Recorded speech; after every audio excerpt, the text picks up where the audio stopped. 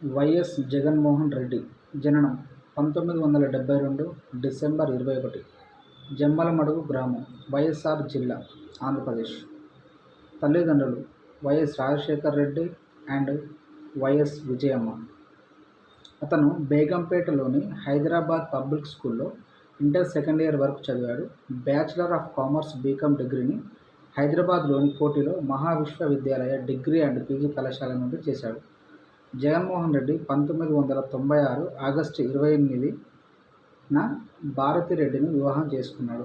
ఆమెకి 2 కూతుళ్ళు, ఒకరు హర్ష, ఇంకొకరు వర్ష.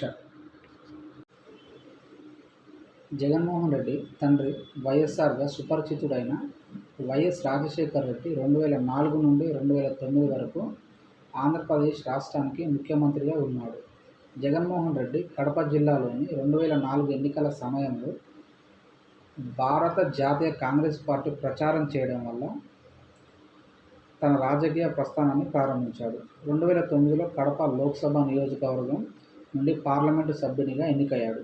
2009 సెప్టెంబర్లో తన తండ్రి మరణించిన తర్వాత అతను తన తండ్రి వదిలిపెట్టిన రాజకీయ వారసత్వాన్ని చేపట్టడానికి ప్రయత్నాలు ప్రారంభించాడు. మెజారిటీ శాసనసభ్యులు ఆయనను ముఖ్యమంత్రిగా నియమించాలని మొగ్గు చూపారు. అయితే ఈ ఎంపికకు పార్టీ అగ్రనేతలు సోనియా గాంధీ, రాహుల్ గాంధీలు అనుమతించలేదు. తన తండ్రి మరణించిన 6 నెలల తర్వాత అతను ముందుగా వాగ్దానం చేసినట్లుగా తన తండ్రి మరణ వార్త విని ఆత్మహత్య చేసుకున్న అనారోగ్యంతో బాధపడుతున్న వారి కుటుంబాలను కలుసుకోవడానికి వెళ్ళి ఓదార్పు యాత్ర, సంతాప సభ ప్రారంభించాడు. కాంగ్రెస్ పార్టీ కేంద్ర నాయకత్వం తన ఓదార్పు యాత్రను విరమించుకోవాలని ఆదేశించింది.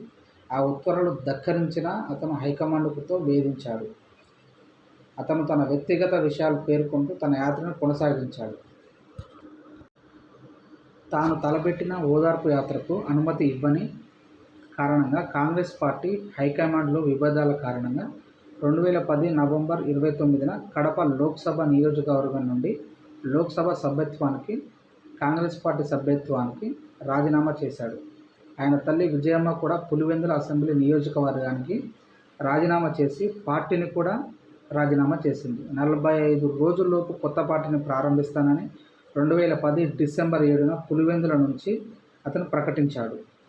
2011 మార్చి 11న అతను తూర్పుగోదావరి జిల్లాలోని జగ్గయ్యపేటలో యువజన శ్రామిక రైతు కాంగ్రెస్ పార్టీని వైఎస్ఆర్సీపీని స్థాపించాడు.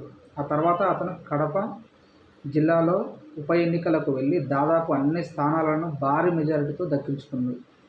వైఎస్ఆర్సీపీ పార్టీ అధ్యక్షుడిగా కడప లోక్సభ నియోజకవర్గం నుంచి ఉప ఎన్నికలను ఎదుర్కొని అత్యధిక ఓట్ల మెజారిటీతో గెలుపొందాడు. ఆయన తల్లి కూడా పులివెందుల అసెంబ్లీ నియోజకవర్గం అతని చిన్నాన్న వైఎస్ వివేకానంద రెడ్డిపై అత్యధిక ఓట్ల తేడాతో గెలుపొందింది. అతని తల్లి వైఎస్ విజయమ్మ పార్టీకి గౌరవ అధ్యక్షురాలుగా వ్యవహరించింది. 2019 ఆంధ్రప్రదేశ్ శాసనసభ ఎన్నికలలో 175 శాసనసభ స్థానాలకు గాను వైఎస్ఆర్సీపీ కాంగ్రెస్ పార్టీ 151 స్థానాలు రికార్డు స్థాయిలో గెలిచి ఆంధ్రప్రదేశ్ ముఖ్యమంత్రిగా ఎన్నికయ్యాడు. 2019లో సాధారణ ఎన్నికల్లో ఆయనే ఆంధ్రప్రదేశ్ అత్యధిక మెజారిటీ 9,000 సాధించిన శాసనసభ ఆ పార్టీ 25 లోక్సభ స్థానాలకు గాను 22 స్థానాలను గెలుచుకుంది. అతను 2019 మే 30 ఆంధ్రప్రదేశ్ ముఖ్యమంత్రిగా ప్రమాణ స్వీకారం చేశాడు. జగనన్న, అమ్మఒడి, నవరత్నాలు వంటి అనేక సంక్షేమ పథకాలతో అతను ముఖ్యమంత్రిగా గుర్తింపు పొందాడు. జగనన్న అమ్మఒడి దారిద్ర్య రేఖను దిగువన ఉన్న తల్లులు లేదా సంరక్షకులకు వారి పిల్లలకు చదివించడానికి ఆర్థిక సాయం అందిస్తూ, నవరత్నాలు అనేది రైతులు, మహిళలు, వైద్యం, ఆరోగ్యం, విద్య, ప్రత్యేక హోదా వంటి 9 సంక్షేమ పథకాలు సమాహారం. మాజీ తెలుగుదేశం ప్రభుత్వం ప్రతిపాదించిన అమరావతిలో కొత్త రాజధాని ప్రణాళికలను ఆయన రద్దు చేశాడు. కర్నూలు, అమరావతి, విశాఖపట్నంలో న్యాయ, పరిపాలన, శాసన శాఖల కోసం 3 వేర్వేరు రాజధానులను ప్రతిపాదించాడు. ఈ ప్రతిపాదనపై అమరావతి రైతుల నుంచి పెద్ద ఎత్తున నిరసనలు వ్యక్తమయ్యాయి. ఆంధ్రప్రదేశ్ హైకోర్టు 2022 మార్చి తీర్పులో అమరావతి అభివృద్ధి కొనసాగించాలని ఆంధ్రప్రదేశ్ ప్రభుత్వాన్ని ఆదేశించింది. రాజధానిని మార్చడం, విభజించడం లేదా 3 రాజధానులు చేయటం కోసం ఎటువంటి చట్టాన్ని రూపొందించే సామర్థ్యం ప్రభుత్వానికి లేదని తీర్పునిచ్చింది. 2023 ఏప్రిల్ నాటికి అసోసియేషన్ ఫర్ డెమోక్రటిక్ రిమార్క్ నివేదన ప్రకారం అతను భారతదేశం అత్యంత ధనిక ముఖ్యమంత్రి. మొత్తం ఆస్తులు 510 కోట్లు. 2022 జూలైలో 8, 9 తేదీల్లో గుంటూరులో జరిగిన వైఎస్ఆర్సీపీ ప్లీనరీ సమావేశంలో ఆ పార్టీ శాశ్వత అధ్యక్షుడిగా వైఎస్ జగన్మోహన్ రెడ్డి ఎన్నికయ్యాడు. ఈ తీర్మానం మేరకు ఆయన చేసి ఆమోదించారు. వైఎస్ జగన్మోహన్ రెడ్డి ఇచ్చిన హామీలు: ఆరోగ్యశ్రీ, రీజ్ రియంబర్స్మెంట్, పేదలందరికీ ఇల్లు, వైఎస్ఆర్సీపీ ఆసరా చేయూత, పింఛన్లు పెంపు, అమ్మఒడి, వైఎస్ఆర్ రైతు భరోసా, వైఎస్ఆర్ జలయజ్ఞం, మద్య నిషేధం. ఆరోగ్యశ్రీ అంటే ఈ పథక వార్షిక ఆదాయం రూ. 5 లక్షలు దాటని అన్ని వర్గాల వారికి వైఎస్ఆర్సీపీ ఆరోగ్యశ్రీ వర్తిస్తుంది. వైద్యం ఖర్చు రూ. 10,000 దాటితే వైద్య ఖర్చు ప్రభుత్వమే ఉచిత వైద్యం చేయిస్తుంది. పేదలందరికీ ఇల్లు. ఈ పథకం ద్వారా ఇళ్ల స్థలాలు లేని నిరుపేదలకు ఇళ్ల స్థలాలు 5 ఏళ్లలో 25 లక్షల ఇల్లు కట్టిస్తారు.